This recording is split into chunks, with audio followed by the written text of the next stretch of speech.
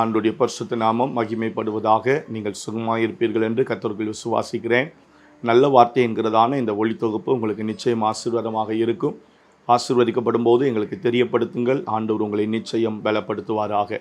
இன்றைய நாளிலும் தேவன் நமக்கு தருகிற கர்த்தருடைய வார்த்தை எசேக்கியேல் தீர்க்கதரிசன புஸ்தகம் 18வது அதிகாரம் 9வது வசனத்தை நான் உங்களுக்காக வாசிக்கிறேன். என் கட்டளைகளின்படி நடந்து என் நியாயங்களை கை கொண்டு உண்மையாயிருப்பானாகில் அவனே நீதிமான், அவன் பிழைக்கவே பிழைப்பான் என்று கர்த்தராகிய ஆண்டவர் சொல்லுகிறார். கர்த்தருக்கு ஸ்தோத்திரம் உண்டாவதாக.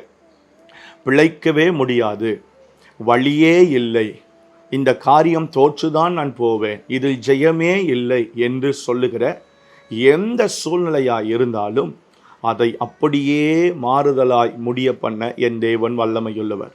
இந்த வசனம் சொல்லுகிறது, அவன் பிழைக்கவே பிழைப்பான். கர்த்தர் சொன்னால் பிழைக்காதவைகளும் பிழைக்கும்.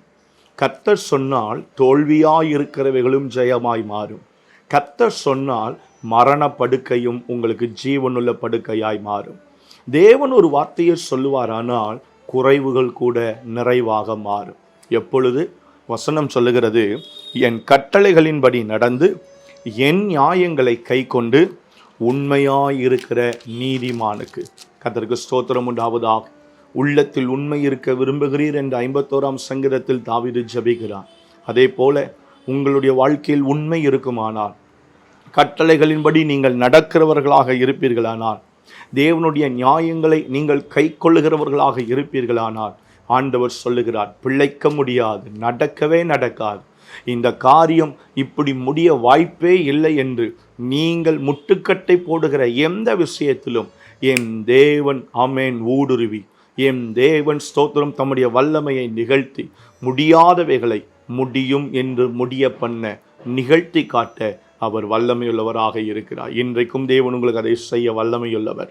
பிழைக்கவே நீங்கள் பிழைப்பீர்கள். சாவதில்லை, பிரச்சனை வருவதில்லை, பிராண சேதம் வருவதில்லை, பொருள் சேதம் வருவதில்லை. ஆமென். நீங்கள் பயப்படுகிற எந்த மனிதனுடைய சத்துருவின் கைகளிலும் கர்த்தர் உங்களை ஒப்பு கொடுப்பதில்லை. அவைகளில் இருந்து கர்த்தர் உங்களை பிழைப்பூட்ட, அவைகளில் இருந்து கர்த்தர் உங்களை பிழைக்கச் செய்ய, அவைகளில் இருந்து கர்த்தர் உங்களை ஸ்தோத்திரம் நிமிர்ந்து நடக்கச் செய்ய அவர் போதுமான தேவன். அவரை விசுவாசியுங்கள்.